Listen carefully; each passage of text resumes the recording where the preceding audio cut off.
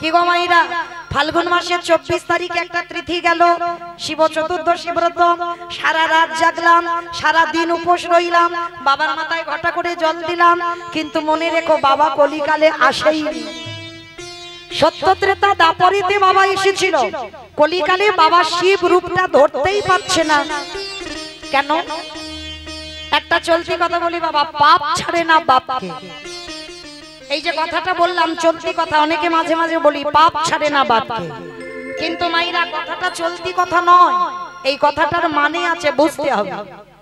এই যে আপনাদের আমাদের প্রত্যেকের বাবা আছে, খাতা কলমে লিখতে হয়, প্রত্যেকের বাবা আছে, কিন্তু বাবা এ বাবা তো চিরস্থায়ী নয়। তোমাকে কাঁদিয়ে রেখে একদিন না একদিন ও বাবা তোমায় চলে যাবে, কিন্তু প্রত্যেকের একটা আসল পিতা আছে, যিনি হলেন বিশ্বের স্রষ্টা মালিক ভগবান কৃষ্ণচন্দ্র। নিতাই গৌর প্রেমানন্দে হরি বল। যিনি হলেন বিশ্ব পিতা, যিনি হলেন জগৎ পিতা, যিনি হলেন সবার বাবা। আচ্ছা বলেন তো বাবা, ভালো করে বিচার করে, সেই বাবাকে কি পাপ ছেড়েছিল? কখনো ছাড়েনি। কুরুক্ষেত্রের মাঠে যেদিন গান্ধারীর শতপুত্র নিধন হলো, হাতে মশাল জেলে মাতা গান্ধারী পাগলিনীর মতো কেঁদেছিল। আর যখন দুর্যোধন প্রাণ ত্যাগ করলো, মা হয়ে ছেলের জন্য চিতা সাজাতে পারে, কিন্তু বলো তো মা হয়ে কি ছেলের মুখে আগুনটা দিতে পারে? পারে না। যখন পাগলিনীর মতো কাঁদছিল মাতা গান্ধারী, তখন পিছন থেকে কে যেন এসে বলেছিল, আমি আছি, আমি আছি, তোমার ছেলের মুখাগ্নি করবার জন্য আমি আছি। পিছনে তাকিয়ে দেখলো বাবা কাউকে দেখতে পাচ্ছে না। কে তুমি? আমি সবাইকে দেখতে পাচ্ছি, কিন্তু যে বলছে আমি আছি তাকে দেখতে পাচ্ছি না কেন? সেদিন পিছনের মানুষটা হেসে বলেছিল, হাজার হাজার হ্যালোরিন জেলে যদি আমার সামনে কেউ জেলে দেয়, আমারে দেখা যায় না। হাজার হাজার টিউবলাইট জেলে যদি আমার সামনে জেলে দেয়, আমারে দেখা যায় না। হাজার হ্যারিকেনে যদি আমার সামনে ধরে, আমারে দেখা যায় না। আমারে দেখতে গেলে তার জ্ঞান চোখটা খুলতে হবে, একবার কুলকুণ্ডলী জাগরিত করতে হবে, তবেই যদি সেই হৃদয়ে দেখতে পায় আমি এসেছি। তবে তোমার সেই নয়ন খয়নি, তথাপি আমি তোমায় দেখা দেব। মাতা গান্ধারী বারবার বলেছিল, কে তুই? আমি তোকে দেখতে পাচ্ছি না কেন? বলে আমি দেখা দিলেই তো তুমি দেখবে। ভগবান পিছন থেকে সামনে এসে দাঁড়িয়ে, গান্ধারী কাঁদছে আর কৃষ্ণ দাঁড়িয়ে দাঁড়িয়ে খিলখিল করে হাসছে।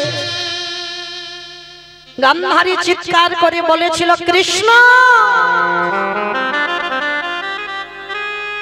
আমি পুত্র খারা জননী, আমার চোখের সামনে আমার শতপুত্র নিধন হলো, আমার কুরু বংশটাকে তুই ধ্বংস করে দিলি।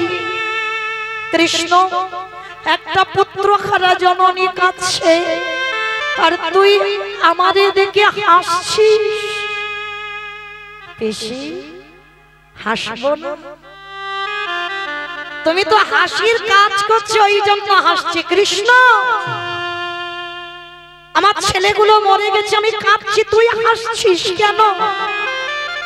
পিসি, একটা কথা মনে রেখো,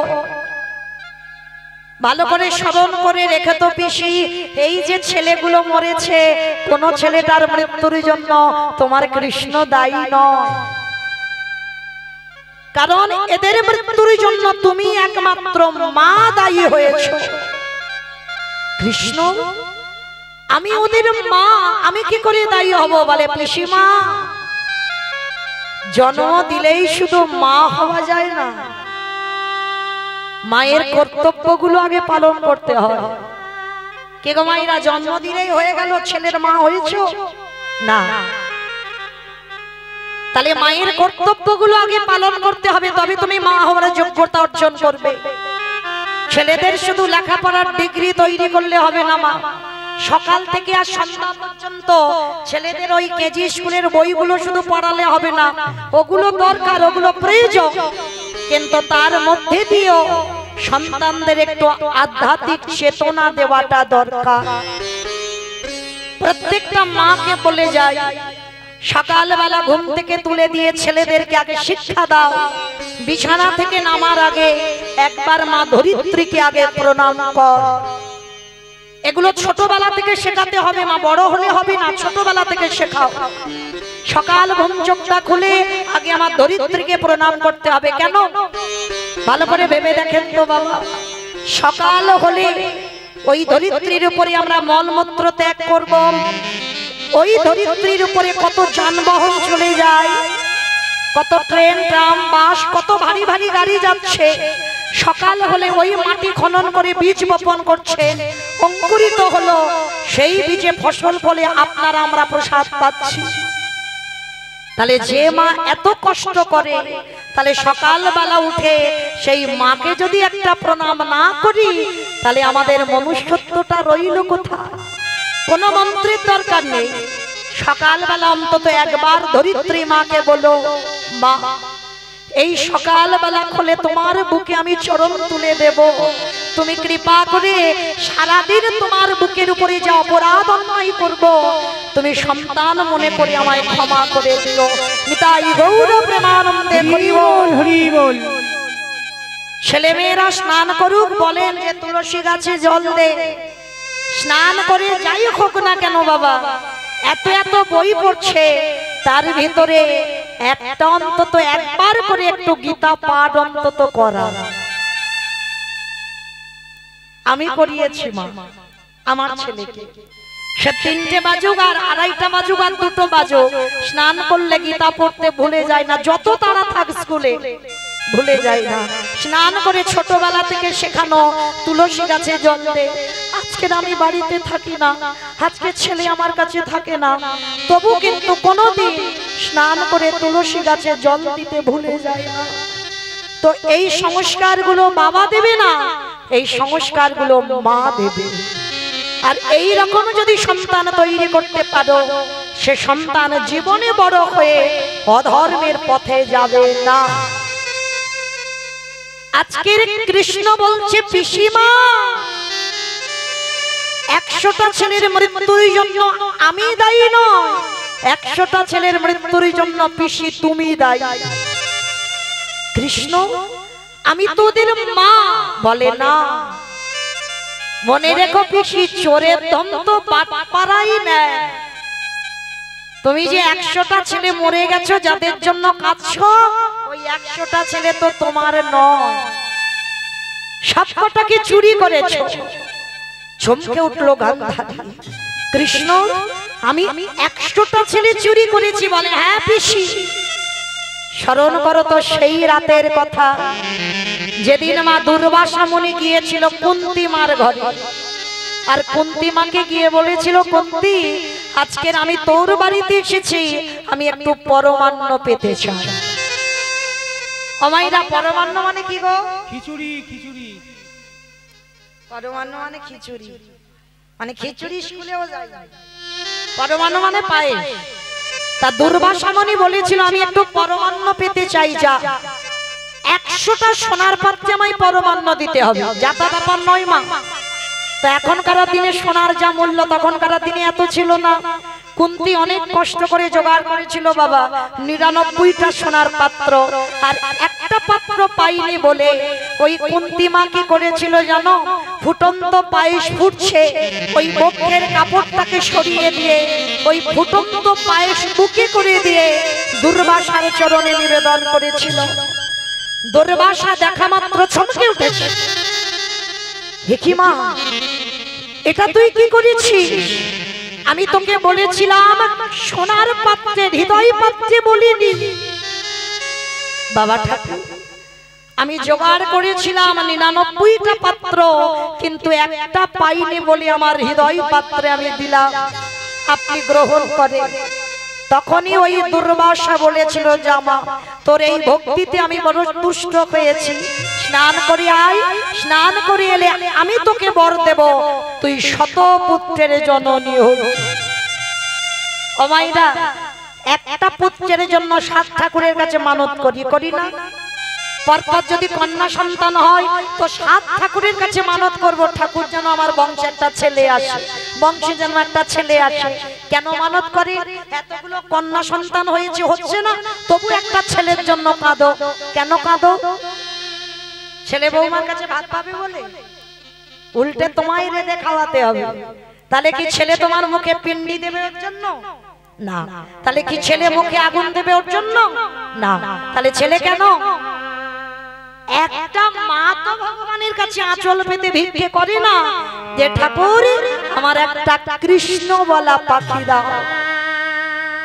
সবাই শুধু ডিগ্রিওয়ালা ছেলে চায়, চাকরিওয়ালা ছেলে চায়, একটা মা বলবে না যে আমার একটা বংশে কৃষ্ণ বলা পাখি দাও।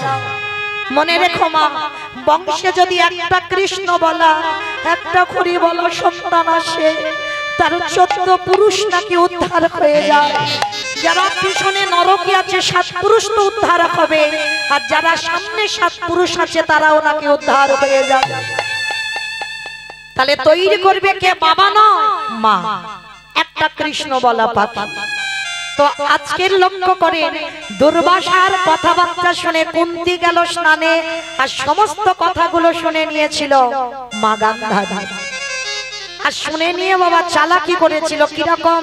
কুন্তির মতো শাড়ি পরেছে, কুন্তির মতো মাথায় ঘোমটা দিয়েছে, দুর্বাসা ধ্যানা যোগে আছে, আর দুর্বাসার চরণে এসে মাথাটা নিচু করে বসে। আর যেই না নিচু করে বসলো, দুর্বাসা ধ্যানা যোগে ছিল, মাথায় হাত দিয়ে বলল, তোর আশীর্বাদ দিলাম মা, তুই শতপুত্রের জননী হবি হবি হবি। বরটা নিয়ে গান্ধারী পালিয়ে গেল। আধা ঘন্টা পরে কুন্তি এসে বলছে, বাবা ঠাকুর আপনি আমাকে বর দেবেন বলেছিলেন, দেন। সে কি মা, আমি তো তোকে একটু আগেই বর দিলাম, আবার তুই আমাকে আমার কাছে বর চাইছিস কেন? কিসের জন্য তুই আমার? তোর এত লোভ, তোর এত লালসা, এই মুহূর্তে আমি তোকে অভিশাপ দেব না।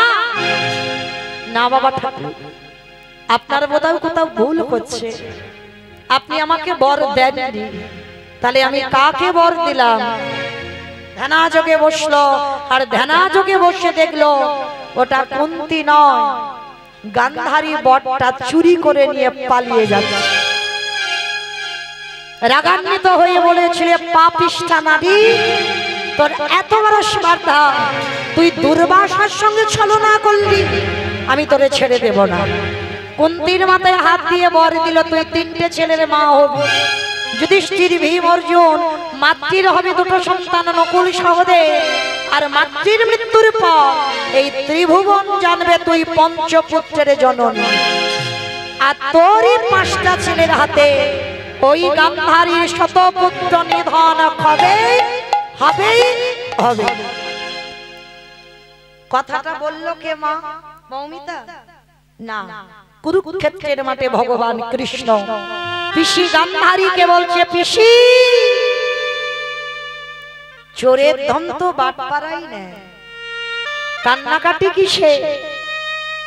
পাপের ভরা পূর্ণ হয়েছে তাই তোমায় কাঁদতে হচ্ছে। সেই দিন আমার কৃষ্ণকে অভিশাপ দিয়েছিল মাতা গান্ধারী, কৃষ্ণ আজ যেমন আমার কুরু বংশ তুই ধ্বংস করলি, আমি তোরই অভিশাপ দিলাম, আমার মতো করে তোরও পুত্র হারাতে হবে, তোরও আপনজন হারাতে হবে, তোরও নিজ নিজ আপনজনদের হারিয়ে কাঁদতে হবে।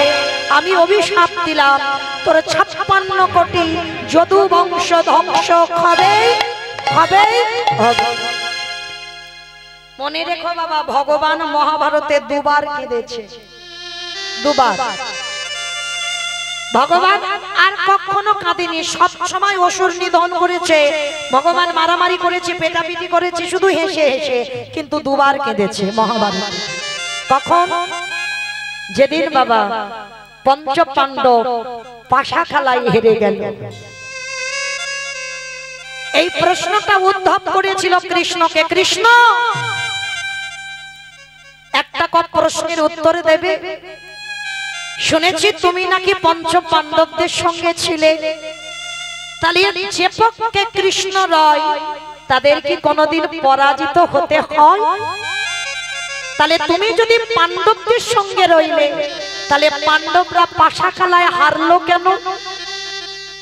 কথাটা শুনে আমার ভগবান উদ্ধব মহারাজের কাছে হাত জোড়ো করে বলেছিল, উদ্ধব শোনো, তোমায় একটা কথা আমি বলি, যেটা জগতে সবাই জানে না। সবাই তো বাইরের দিকটা দেখে, ভিতরটা দেখে না। আমি একটুখানির জন্য হলেও আমি স্বয়ং কৃষ্ণ দুর্যোধনের পক্ষ নিয়েছিলাম ওই পাশা খেলায়। কেন? এই জায়গাটা বাবা ভালো করে একটু শুনবেন। এই প্রত্যেকটা মানুষের বাবা সিদ্ধান্তের ভুল আছে, অনেক ভুল আছে। যে ভুলটা আজকের পঞ্চ পাণ্ডবরা করেছিল, সেই ভুলের মাসুলে আজকের পাশা খেলায় হারতে হলো। কারণ যখন ওই পাশা খেলার কথা কয়, দুর্যোধন ভালো পাশা খেলা জানতো না বাবা। দুর্যোধন বলেছিল, দেখো যুধিষ্ঠির মহারাজ, আমি তো ভালো পাশা খেলা জানি না, তবে আমার হয়ে আমার শকুনি মামা পাশা খেলবে। সিদ্ধান্তটা নিল কেমন দেখুন, কারণ শকুনি মামা পাশা খেলায় খুব পারদর্শী ছিল। তাহলে দুর্যোধন পারে না, তিনি অহংকার করে কিন্তু বলেনি যে আমি খেলবো, বারবার বলেছিল আমার শকুনি মামা আমার হয়ে খেলবে। যখনই বলল শকুনি মামা খেলবে, ভগবান মনে ভেবেছিল হয়তো যুধিষ্ঠির বলবে আমার হয়ে আমার কৃষ্ণ দয়াময় খেলবে। কিন্তু বাবা এ কথাটা একবারও যুধিষ্ঠির বলেনি। যুধিষ্ঠির মহারাজ উল্টে বলেছিল, বেশ তাহলে দুর্যোধনের হয়ে যখন শকুনি মামা খেলবে, আর আমরা 5 ভাই তো পাশা খেলায় পারদর্শী, তাহলে আমাদের হয়ে কারোর দরকার নাই। কৃষ্ণকে সভার মাঝখানে বলেছিল, কৃষ্ণ যতক্ষণ না আমরা 5 ভাই তোমাকে ডাকবো, তুমি আমাদের পাশা খেলা সভায় আসবে না। তখনই ভগবান মনে মনে ভাবলো, বাহ, দুর্যোধন সিদ্ধান্তটা ঠিকই নিল, তার শকুনি মামার উপরে দিল, কিন্তু তা কিছুতেই আমার যুধিষ্ঠির তো একবারও আমার উপরে দায়িত্ব দিল না, তাই চলে গেলাম। তাই তো ওরা খেলে গেল। কিছুক্ষণের জন্য আমি দুর্যোধনের পক্ষ নিলাম, কারণ ওদের আত্মবিশ্বাসটা ঠিক ছিল আর পাণ্ডবদের ঠিক ছিল না, যার জন্য ওদের হারতে হলো। উদ্ধব বলল, বেশ এটা নয় আমি মেনে নিলাম, কিন্তু যে সখী দ্রৌপদীকে তুমি বেশি ভালোবাসো সব থেকে, তাহলে সেই সখীর সম্মান নিয়ে টানাটানি হলো, তুমি দাঁড়িয়ে দাঁড়িয়ে দেখলে কেন? তাহলে প্রথমেই কি তুমি বস্ত্রটা দিতে পারতে না? পারতে তো, তাহলে দাঁড়িয়ে দাঁড়িয়ে দেখলে। আর একটা নারীর যতক্ষণ সম্মান থাকে তাকে জগতে নারী বলে, আর নারীর যখন লজ্জা চলে যায় এই সমাজ তাকে কোনোদিন নারী বলে গণ্য করে না। তাহলে সখী দ্রৌপদী যখন দুঃশাসন বক্ষের কাপড় ধরলো, কেন তুমি ওই মেয়েটার অপমান সহ্য করলে? ভগবান হেসে বলেছিল, উদ্ধব ভালো করে ভেবে দেখো তো, পঞ্চ পাণ্ডবরা যেমন কিছুক্ষণের জন্য আমাকে ভুলে গিয়েছিল, আমার সখী দ্রৌপদীও কিছুক্ষণের জন্য আমায় ভুলে গিয়েছিল। কখনো দুঃশাসন ছুতেও পারত না দ্রৌপদীকে। যদি বাবা একবার দ্রৌপদী ভগবানকে প্রথমেই স্মরণ করত, কিন্তু করেনি তো। প্রথমে পাশা খেলায় দাঁড় করালো, প্রথমে বাবা ওই বীর 5 জন স্বামী ছিল, ওদের কাছে সাহায্য চেয়েছিল।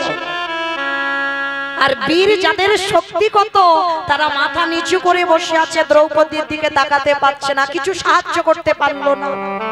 তারপরে অষ্টগুরু দ্রোণাচার্যের দিকে তাকালো, তিনিও মাথা নিচু করে দিল। পিতামহ ভীষ্মের দিকে তাকালো, তিনিও মাথা নিচু করে দিল, কেউ সাহায্য করলো না। সবার শেষে দ্রৌপদী মনে পড়ল, পৃথিবীতে তো তাহলে কেউ কারোর নয়। আমার পাণ্ডবরা স্বামী যাদের কত শরীরে ক্ষমতা, 5-5টা স্বামী দাঁড়িয়ে আছে, আমার সম্মান ধুলোয় মিশে যাচ্ছে, তারা কিছু করতে পারছে। সবার শেষে বাবা একটা বক্ষের কাপড় ধরে একটা হাত দিয়ে ডেকেছিল, হে দ্বারকাধিপতি কৃষ্ণ দেখা দাও।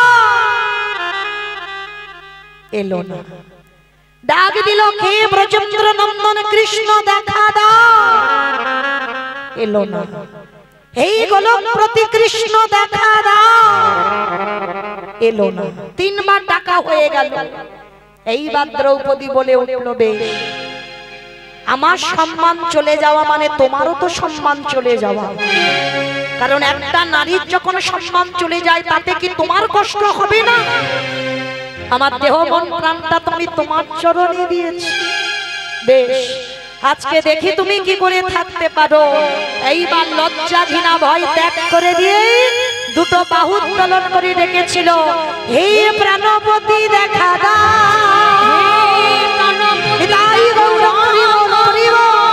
হে প্রাণপতি দেখা দাও, প্রাণপতি দেখা দাও, হে প্রাণপতি দেখা দাও, একেবারে দেখা দাও,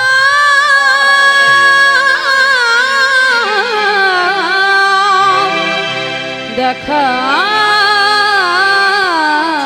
দেখা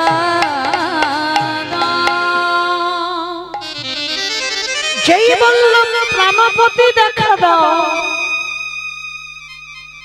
কৃষ্ণ আমার এসে দাঁড়িয়ে গেছে। দ্রৌপদী হাত জোড়ো করে বলে বলেন, বাহ সখা বাহ, আমি তো তোমার 3 বার ডাকলাম, কই এতক্ষণ তো এলে না। ভগবান বলছে, সখী তুমি প্রথমে কি বলে দেখেছো? বলে, কেন? আমি বলেছি দ্বারকাধিপতি কৃষ্ণ দেখা দাও।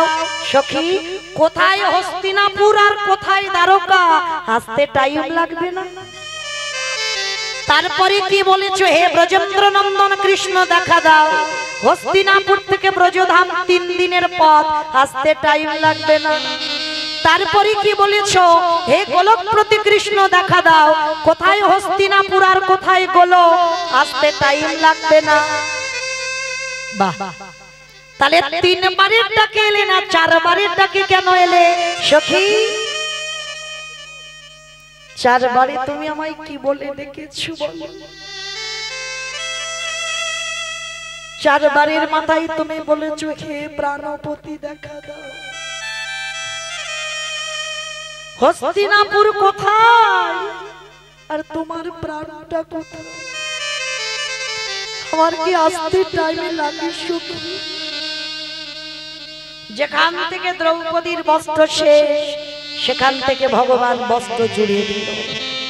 সেই সময় আমার ভগবান কৃষ্ণ কেঁদেছিল। এই একবার কাঁদলো, আর একবার কেঁদেছিল কখন? যখন গান্ধারী অভিশাপ দিল, আমার কুরু বংশ যেমন ধ্বংস হলো, তোরও 56 কোটি যদু বংশ ধ্বংস হবে। কারণ বাবা, এই অভিশাপটা তো ঠিক দেয়নি। কারণ গান্ধারীর কুরু বংশ তো কৃষ্ণ ধ্বংস করেনি।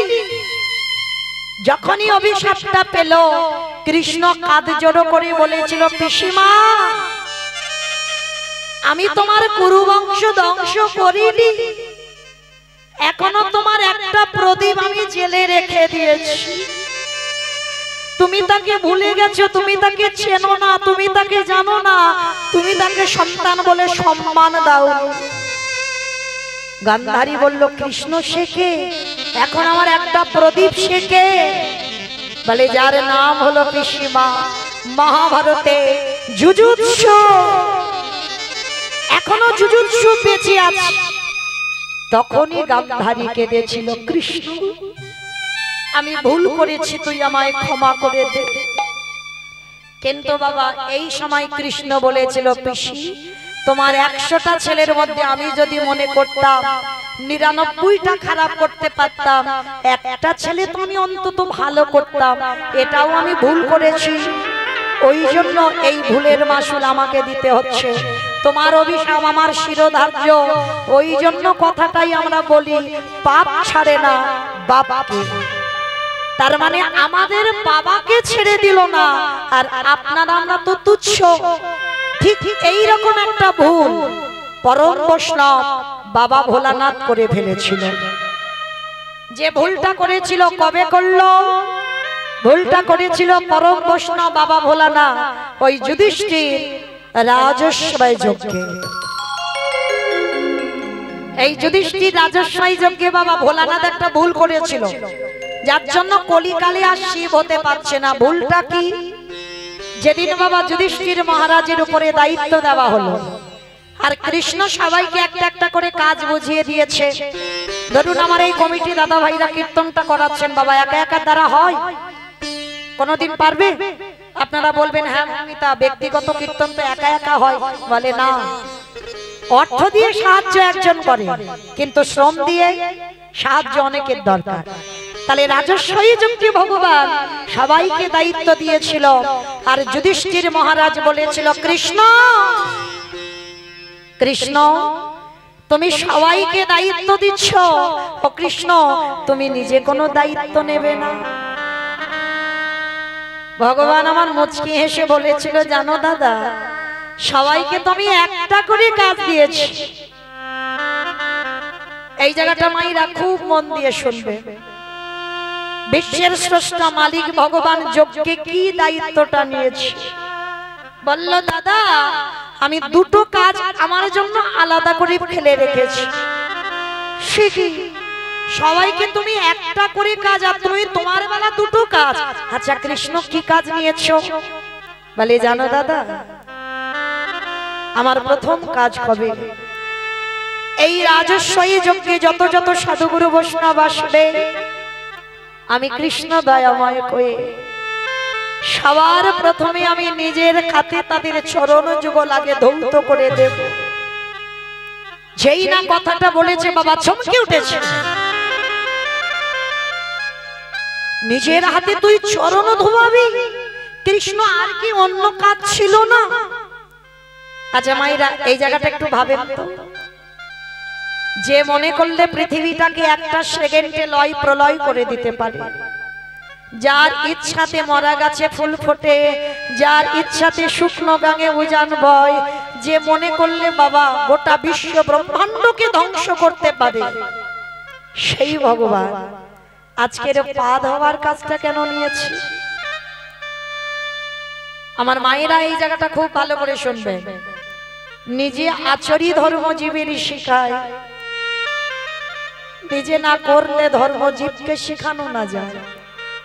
এই কথাটা বাবা খুব গুরুত্বপূর্ণ কথা, ভালো করে শুনতে হবে। এই যে আমরা কীর্তনিয়ারা না কীর্তন করে বেড়াচ্ছি, আগে বাবা আমাদের আচরণটা ঠিক করতে হবে। যারা শিক্ষার জায়গায় দাঁড়ায় বাবা, যদি তাদেরই শিক্ষা না হয়, তাদের যদি এখনো চৈতন্য না হয়, তাদের মুখের কথা শুনে বাবা কারো শিক্ষা হবে বলে মনে হয়? আমি শিক্ষার জায়গায় দাঁড়িয়ে আমি যদি আমার পিতামাতাকে সম্মান না করি, সাধুগুরু বৈষ্ণব দেখলে আমি যদি নত না হই, আমি গুরুচরণে যদি নত না হই, আমি যদি কৃষ্ণ বলি না কাঁদি, তাহলে আমাকে দেখে বাবা জীব শিখবে কি? তাই তো ভগবান রাজস্বই যজ্ঞে পা ধোয়ার দায়িত্বটা নিয়েছে। কেন? আপনাদের আমাদের চৈতন্য দিল, ওরে কলির জীব, তোদের বাড়িতে যদি কোনোদিন সাধুগুরু বৈষ্ণব গুরুদেব আসে, সবার আগে চেষ্টা করবি ঘটিতে করে জল নিয়ে আগে পা ধোবার ব্যবস্থাটা করে দিবি। কি গো মায়েরা, এগুলো আগেকার দিনে নিয়মগুলো ছিল, তাই না? এই এখনকার দিনে আমাদের মতো মেয়েরা যত টিভি সিরিয়াল দেখে আর তাদের মতো আচরণ হয়ে যায়। কিন্তু চরণ ধরে আমি একটা কথা বলে যাই, যদি এই অধম কীর্তনিয়ার কথা কারোর মনে থাকে, বাড়িতে যদি সাধুগুরু বৈষ্ণব গুরুদেব যদি নাও আসে, প্রতি বৎসর একবার যে যার ঘরের যদি বাবা মা থাকে, যে যার ঘরের যদি শ্বশুর শাশুড়ি থাকে, যারা হারিয়ে ফেলেছো মা, হাজার দিন যদি মাথা ঠুকে কাঁদো আর পাবে না, কিন্তু যারা ধরে রেখেছো চরণ ধরে বলে যায় একটু যত্ন করে আঁকলে রেখে দিও। ওই মূল্যবান সম্পদ যদি একবার আমাদের কাছ থেকে চলে যায়, হাজার দিন কাঁদলেও আর ওদেরকে ফিরে পাবে না। যদি বলেন বাবা মূল্যবান সম্পদ, আমি বলছি না, আমার ভগবান বলছি, যারা ভাগবত জ্ঞানী এখানে বসে আছেন, যারা ভাগবত পড়ে, আমার কৃষ্ণ তো সুদামাকে বলেছিল, সুদামা সবার আগে বড় গুরু হলো যে যার ঘরের বাবা মা, তারপরে গুরু হলো শিক্ষা গুরু, দীক্ষা গুরু, তারপরে গুরু হলাম আমি ভগবান। এই জগতে তীর্থে যেতে হবে না, হাজারবার কোথাও যেতে হবে না, বৎসরে যদি একবার, আমি বলে যাচ্ছি না মা যে রোজ রোজ তোমরা বাবা মার পা ধোয়াও, রোজ দরকার নাই, বৎসরে একবার। ঠিক যেমন আমরা ভগবানকে সেবা পূজা করি, যেমন সিংহাসনে রেখে গলায় মালা দিয়ে ভগবানের চরণে যেমন প্রসাদী দেয়, ঠিক তেমনই বাবা পিতা মাতাকে সম্মান করুন। ভগবান বললেন শুধু একজনই নয়, পৃথিবীতে যারা সব থেকে বড় গুরু তাদেরকে যারা সম্মান করে, আমার ভগবান বললেন আমি সারা জীবন সেই ভক্তের দরজায় বন্দী হয়ে যাই। নিতাই গৌর হরি বল, হরি বল, হরি বল। তাই তো ভগবান রাজস্বী যজ্ঞে আজকের পা ধোয়ার ব্যবস্থাটা করেছে। শুধু পা ধোয়ালো নয়, আরো একটা কাজ করেছিল বাবা। কি কাজ জানো? যারা যারা যজ্ঞে প্রসাদ পেয়েছিল, কৃষ্ণ দয়াময় ওই প্রসাদের পাতাগুলো নিজের হাতে তুলে নর্দমায় ফেলেছিল। শুধু নর্দমায় ফেললো না, আরো একটা কাজ করলো। যেখানে পাতাগুলো ফেলছে একটু একটু করে প্রসাদী লেগে আছে, কৃষ্ণ দয়াময় একটু করে প্রসাদী দিয়ে আজ ভগবান নিজের সারা গায়ে মাখছি। বুঝি ভক্তে নিতাই গৌর প্রেম হরি হরি।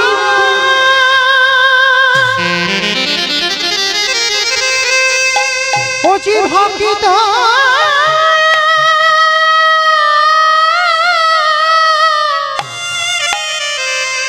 ভক্ত ছাড়া কিছু জানে না,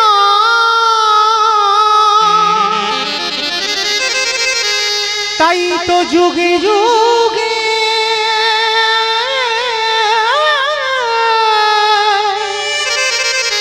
ভক্তির কাছে ছুটে আসে। আমি ভক্ত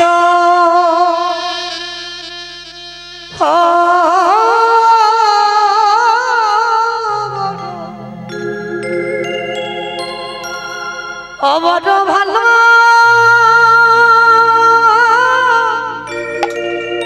ভালোবাসি,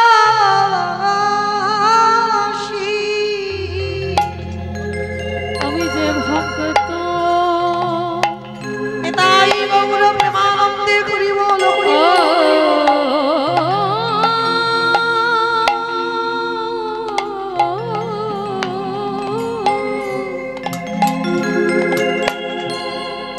ভক্ত বড় ভালো ও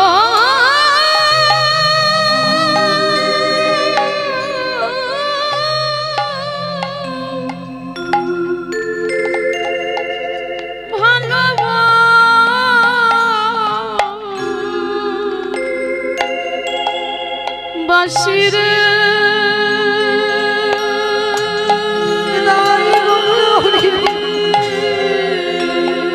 তাই তো যুগে যুগে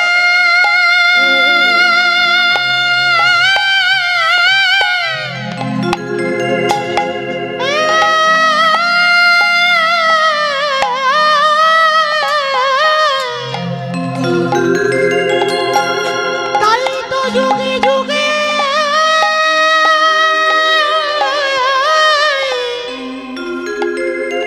ভক্তির কাছে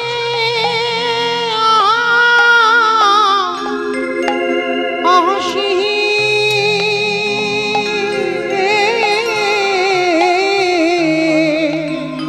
আমি যে ভক্ত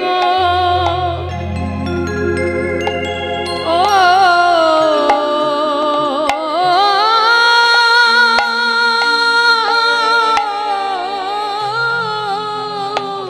হরি বল, হরি বল। ভক্ত বড় ভালো ও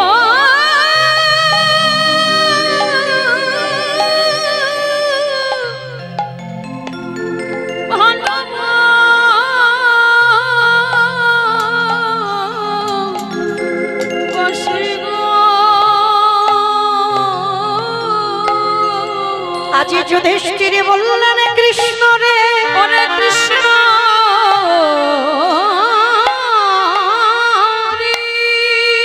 তুই ভক্তদের শরণ ধোয়ালে মেনে নেওয়া যায়, ভক্তদের এটো পাতা ফেলে দিলি মেনে নেওয়া যায়, কিন্তু কৃষ্ণ এ ভক্তদের এটো নিয়ে গায়ে মাখছিস কেন?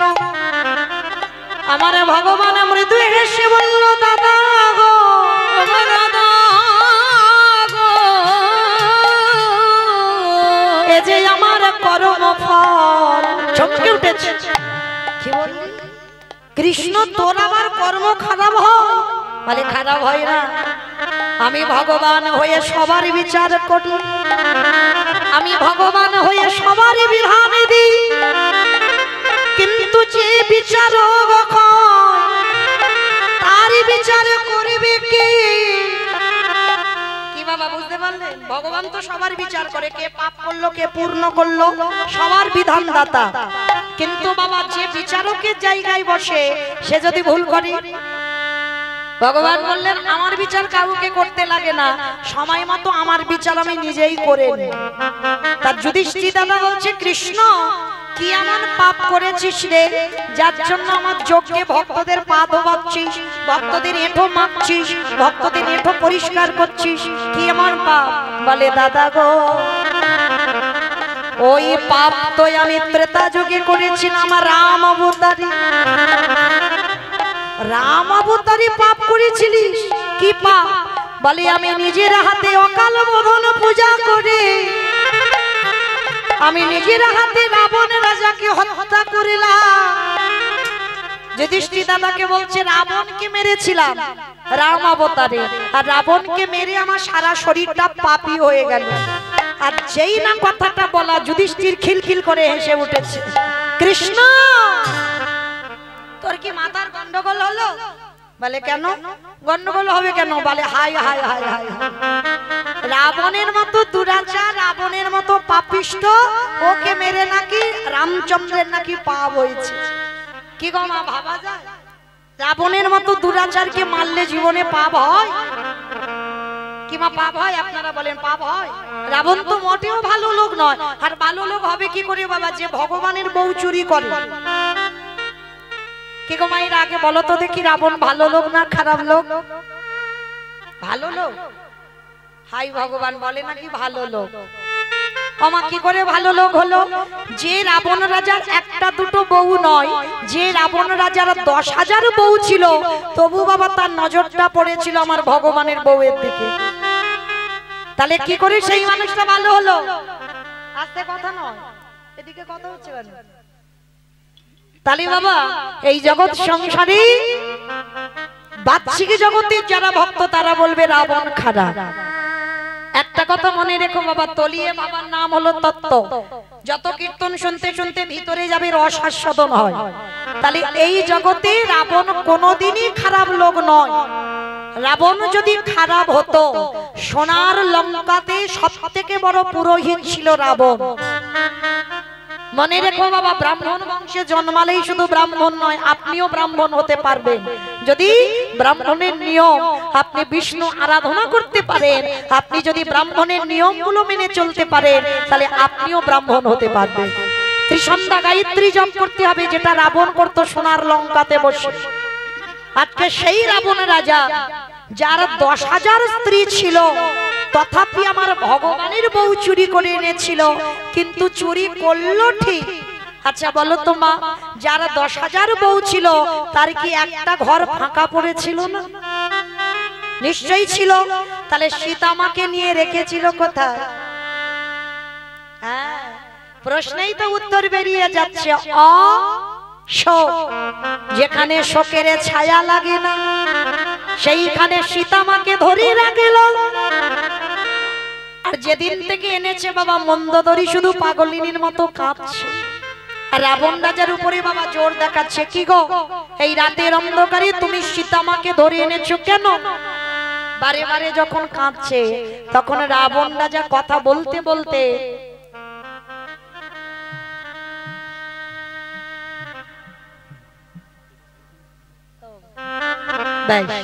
তো সেই রাবণ রাজা আজকে কি করেছিল জানো? রাবণ রাজার মতো ভক্ত আর কেউ ছিল না। তাহলে সীতামাকে ধরলো কেন? সীতামাকে ধরেছিল তার একটাই কারণ। কারণটা কি? এই জগতের সংসার মাঝে ওই সীতামার চরণ সেবা পূজা করবার জন্য, সীতামার চরণ ভজন করবার জন্য সীতামাকে ধরে বেঁধে গেল। কেন? যাতে সোনার লঙ্কাতে আমার রঘুপতি রামচন্দ্র আসে। তাহলে ভগবানকে আনবার জন্য সীতামাকে ধরে রাখা। আর সেই রাবণকে বধ করেছিল কে? আমার রঘুপতি রামচন্দ্র। আর রামচন্দ্র বধ করি আমার রামচন্দ্রের সর্বশরীরটা পাপী হলো। সেই পাপটা ধুচ্ছে কবি এই যুধিষ্ঠির রাজস্বাই যোগ্য। আচ্ছা মাইরা, তাহলে কারোর পা ধোবাতে গেলে কি করে ধোয়াবে? হাত পা বেঁধে নাকি পুকুরে ফেলে দেবে, এইটা সিস্টেম হলো? পা ধোবাতে গেলে ঘটিতে জল নিতে হবে, আর যার পা ধোবাবো বাবা তার কাছে আমার মাথাটা নিচু করতে হবে। তো বিশ্বের স্রষ্টা মালিক ভগবান আজকে কি করেছে? ঘটিতে করে জল নিয়ে সবার পা ধোয়াচ্ছে। অগ্নিদেব, পবনদেব, বরুণদেব, ইন্দ্র, ইন্দ্রাণী, ব্রহ্মা, সাবিত্রী, শিব, দুর্গা সব পরপর লাইনে আছে। কৃষ্ণ পা ধোয়াই যজ্ঞের ভিতরে প্রবেশ করে। এমন সময় জগৎ জননী মা দুর্গা আমার বাবা ভোলানাথকে ডাকছে, প্রাণনাথ, ও প্রাণনাথ, আর দেরি নয়, চলো আমরা পাত দুটো ধুইয়ে যজ্ঞের ভিতরে যাই। তা কথাটা শুনে আমার বাবা ভোলানাথ হেসে বলছে, পার্বতী তোমার কি মাথা খারাপ? আমার মনে হয় তোমার মাথা খারাপ। আজকের কৃষ্ণ পা ধোবাবে আর আমরা পা দুটো বাড়িয়ে দেব? তোমার যদি ধোয়াবার ইচ্ছা হয় তো তুমি লাইনে দাঁড়াও। আজকের পার্বতীকে রেখেই আর বাবা ভোলানাথ লাইন থেকে বেলাইনে চলে গেছে। আর আড়ালে গিয়ে কৃষ্ণের চোখে ধুলো দেবে বলে মা কুকুর হয়েছে। আর কুকুর হয়ে কৃষ্ণ তো হেড হয়ে পা ধোবাচ্ছে, আর বাবা ভোলানাথ কুকুর রূপটা ধারণ করিয়ে পিছন থেকে এসে কৃষ্ণের পায়ের ভিতর দিয়ে সবে মাত্র মাথাটাকে, আর যেই না মাথাটা দেওয়া কৃষ্ণ আমার হাঁটু দুটো নিয়ে কুকুরের কানের কাছে চেপে দিয়ে, আর যেই না চেপে দিয়েছে এইবার দেখ কেমন লাগে। আর যত জোরে জোরে চাপে কুকুর কি করবে? কেউ কেউ করবে না, বারবার বলছে কৃষ্ণ ছেড়ে দে, কৃষ্ণ ছেড়ে দে, কৃষ্ণ ছেড়ে দে। বলি ছাড়বো বলে ধরি না। হে বৈষ্ণব গোসা, ও হে বৈষ্ণব গোসা, জারি আগে বাবা ছেড়ে দি, জানি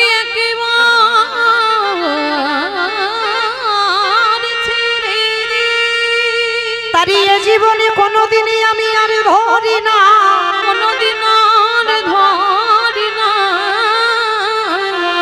আরে জানি একবার ধরে ফেলি এই জীবনে কোনোদিন, তারই আমি হৃদয়ে সাজা করি না গো।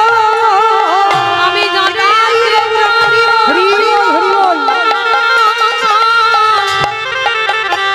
ধরে ফেলি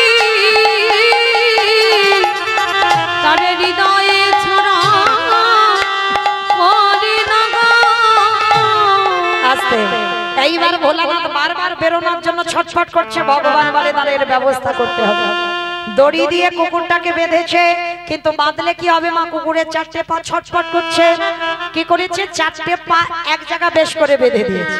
আর যেই না কুকুরের চারটে পা বেঁধে দেওয়া, এইবার ভগবান কি করলো জানো? খালে বিলি নদী নালা পুকুর ঘাটের জলে না, কৃষ্ণ দয়াময় ভোলানাথ রূপী কুকুরের চরণ চারটে বুকে ধরে, বুকে ধরে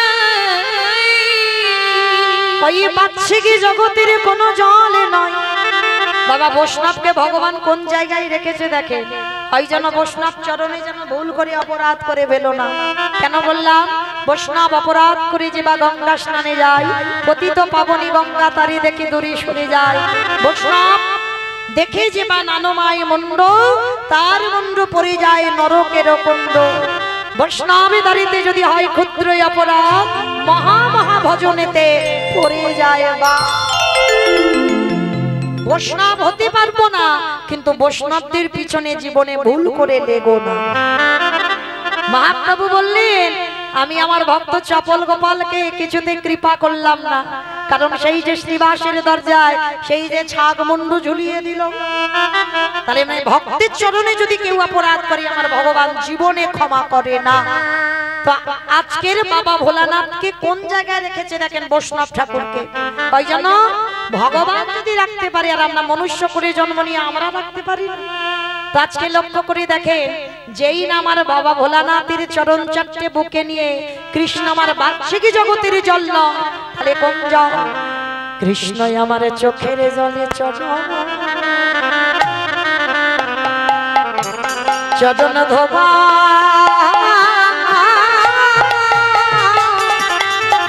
ধোবাইল হে বৈষ্ণবী কৃপা, হরি বল হরি বল।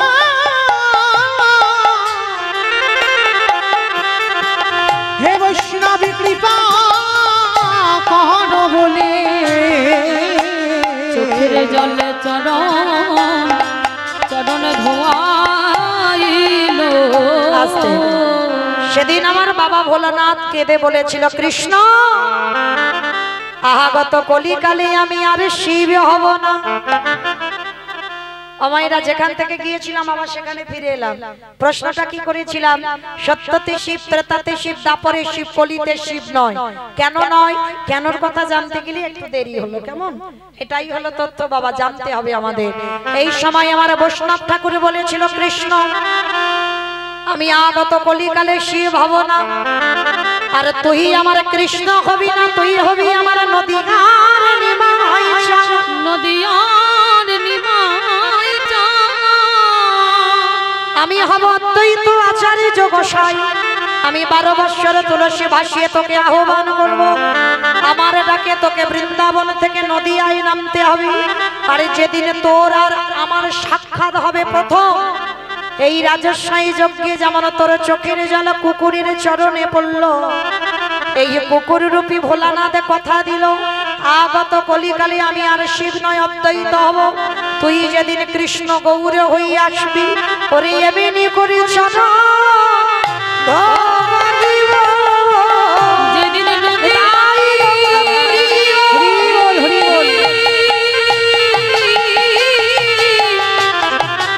নিমাই হবি,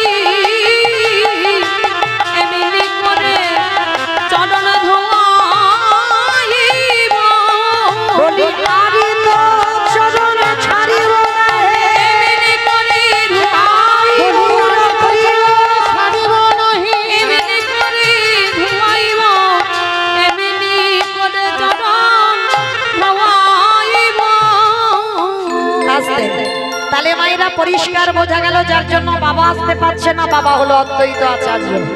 আর তারই ডাকে আমার কৃষ্ণকে গৌর হইতে হলো। আর এসে কি করছে জানো? কেহ বলে পুরবিতি রাবণ বধিলা, কেহ বলে পুরবিতি। আসতে। আমাইরা কীর্তন শুনতে গেলে আমার ভগবানের জন্য একটু কাজ করতে হয়, জানো তো? কাজগুলো কি কি? শঙ্করধ্বনি, উলুধ্বনি। আর যাদের যাদের হাত এসেছে, যাদের হাত নাই বলবো না, আমার সবার হাত আছে তো? কই একবার দেখান। নিতাই গৌর প্রেমানন্দে। হরি বল, হরি বল। বেশ, কই এবার একটু উলুধ্বনি দেন দেখি একবার। কেহ বলে পুরবিতি রাবণ বধিলা, কেহ বলে পুরবিতি আমার গোরারি। গোরা গোরা গোরারি।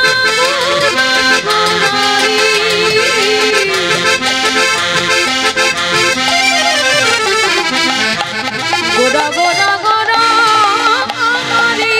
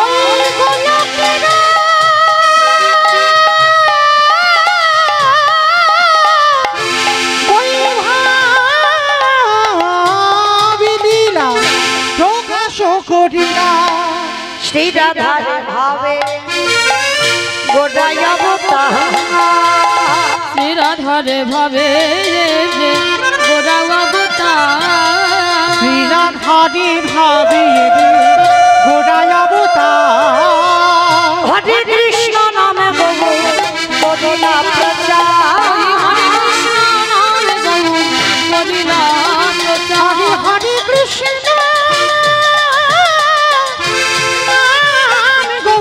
করিলা প্রচার এইবারে লীলা প্রকাশ হলো এইবারে লীলা প্রকাশ হলো এইবারে লীলা প্রকাশ হলো এইবারে লীলা প্রকাশ হলো গোলকের বৈভব লীলা প্রকাশ হলো গোলকের বৈভবে লীলা প্রকাশ করিল গোলকের বৈভবে লীলা প্রকাশ করিলা বাসুদেব ঘোষে কহে করি জোড়ো করি জোড়ো যে সেই কৃষ্ণ সেই তো জগন্নাথ সেই তো জগন আহা বাসুদেব ঘোষে কহে এইবারে লীলা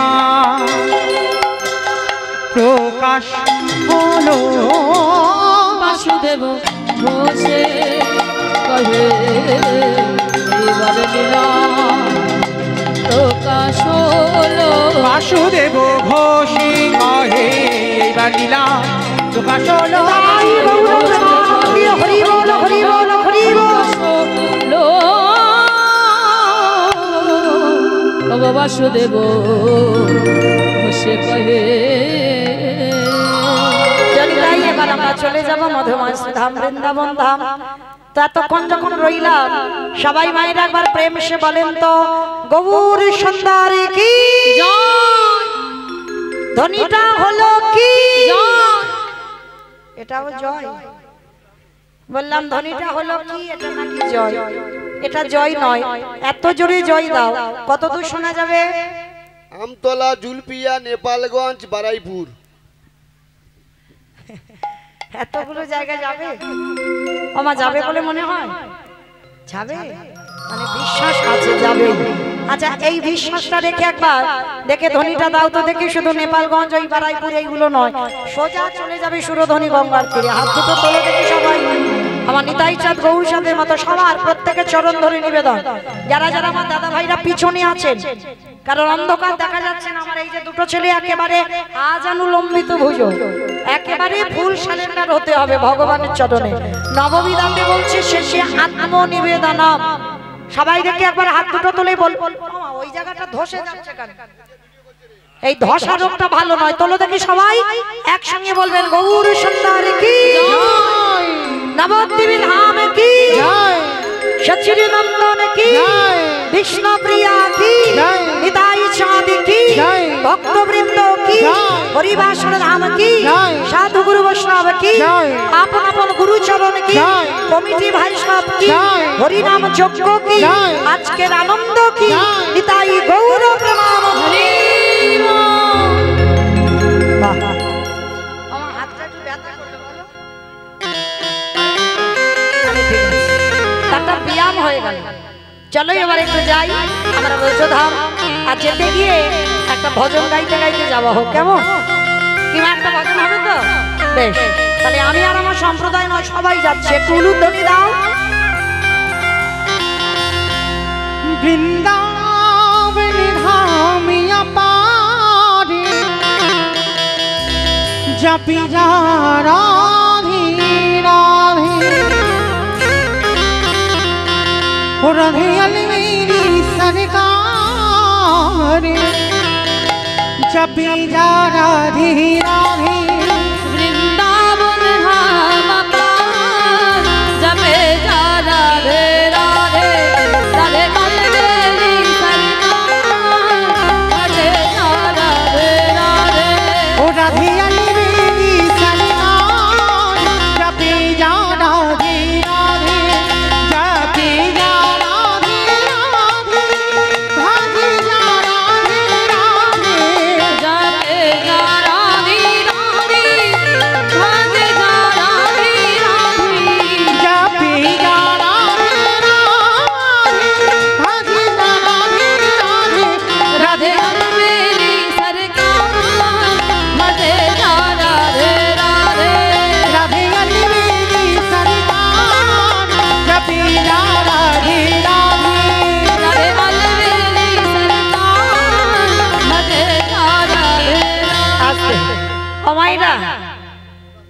কাদা তো ওখানে গর্ত হয়ে যাচ্ছে আচ্ছা হরি বল তো সবাই দেখি একটু আমি আর আমার সম্প্রদায় নয় সবাই যাবো একসঙ্গে সবাই দেখি হাত দুটো তোলে আর বাবা এই কান মুলে বলছে আর বলবো না এবারটা শেষ সবাই একবার একসঙ্গে তালে তালে করো তালিকা